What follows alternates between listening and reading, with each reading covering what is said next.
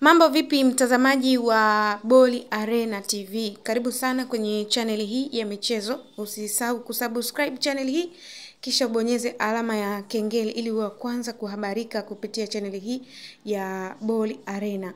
Sasa kikosi cha klabu ya Simba kimefanya mazoezi ya mwisho hii leo Dar es Salaam katika uwanja wao wa mazoezi wa Mo Simba Arena kabla ya kuanza safari yao hapo kesho kuelekea kule nchini Eswatini katika mchezo wa kwanza wa ligi ya mabingwa barani Afrika.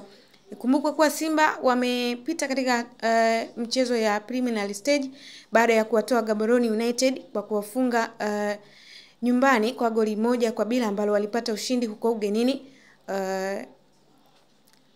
dhidi ya Gaborone. Lakini pia mchezo wa pili waliweza kutoka sare ya 1-1, hivyo aggregate ikasoma 2-1 na Simba wakafanikiwa kwenda hatua inayofuata.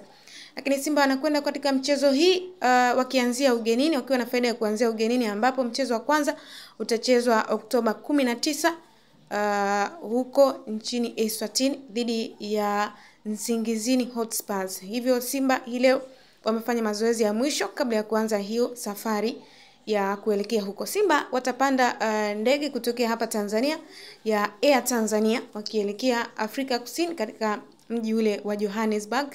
Baada ya hapo watapumzika masaa machache kabla ya kuendelea na safari hiyo kuelekea Eswatini kwa ajili ya mchezo huo. Meneja wa habari na mawasiliano wa klabu ya Simba, semaji hili la CAF, Ahmed Ally, yeye amezungumza pia kurejea kwa mchezaji Mohamed Bejaber baada ya kukosekana kwa muda mrefu tangu aliposajiliwa katika kikosi hiki cha Simba. Ikumbuke kuwa Mohamed Bejaber alipata majeraha ambayo aliweza kumweka nje hadi hivi sasa, ambapo hatujamshuhudia akicheza mechi za ushindani. Hivyo Ahmed Ally amethibitisha kwamba yeye pamoja na wachezaji waliokuwa katika majukumu ya timu zao za taifa tayari wameshajiunga na kikosi cha Simba. Ukiachana na Musa Kamara pamoja na Steven Dese Mukwala ambao bado hawajarejea mpaka hivi sasa.